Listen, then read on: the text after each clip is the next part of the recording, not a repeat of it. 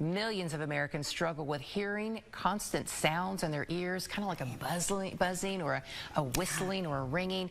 It's a condition called tinnitus or tinnitus. I've heard both. Both ways are right. Yes. So Dr. Rebecca Brashears from Ascent Audiology and Hearing is here to talk all about it. And maybe this is something that you've experienced. And I know that I was telling you in the commercial break, off and on over the years, I've noticed that I have it. Exactly. And so, like you said, it's called tinnitus. And over 25 million Americans actually suffer from this condition where it's a sound in your ear when there's no external sound present.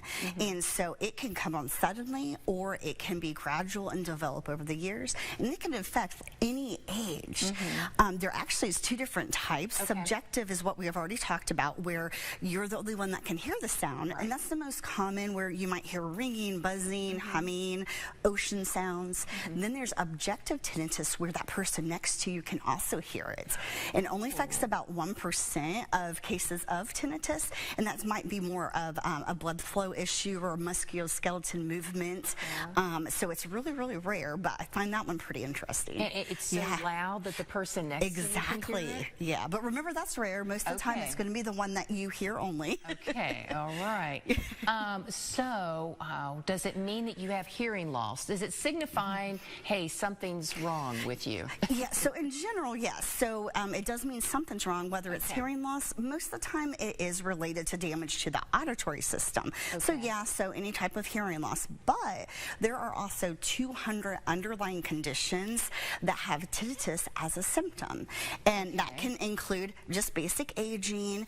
It can include noise exposure, head trauma, ototoxic medications, so medications that can damage the ear. So all of those are potential underlying conditions that if you have, you need to rule those out as well, not just hearing loss. Is this something that you should put off, or should you start seeking out some type of a treatment? Yeah, so you know, with tinnitus, it's kind of depends on the person. It's going to affect everyone a little bit different. So some people get to the point where they can just completely ignore it and live their everyday life. Other people, it starts to affect them emotionally, interferes with their everyday conversations, their sleep, and those people are the people that might want to seek out a treatment, either with hearing aids or even sound therapy. Yeah, talk about some of those options that you have for treatment. Right, okay, so we'll start with the hearing aid side.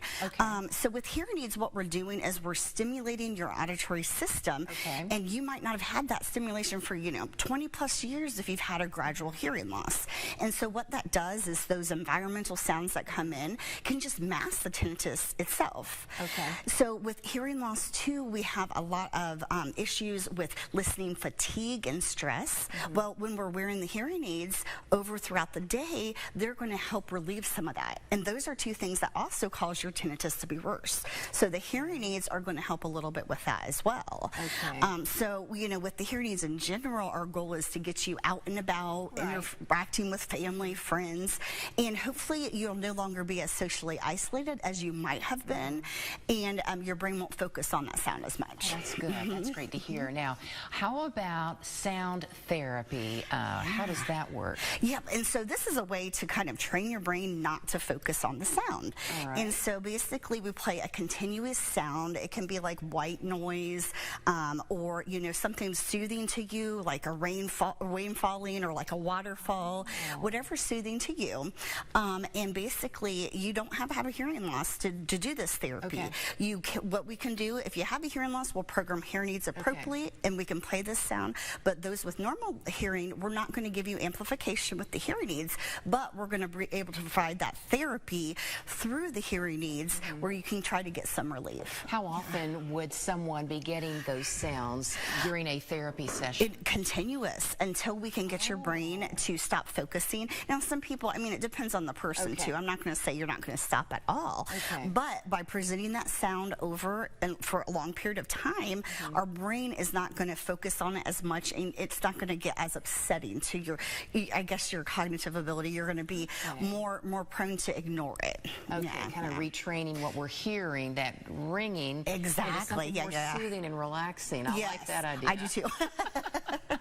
Well, before we let you go, remind everyone if they want to come in and talk to you about maybe they have this ringing in the ears and what they can do, what's the best way to get in touch with you? Yep, give me a call at 304-948-5565. I'm here in Huntington on the corner of 6th Avenue and 9th Street. Wonderful. Well, Dr. Shears, thanks so much for coming in and thank letting you us for know having about me. this. I appreciate it.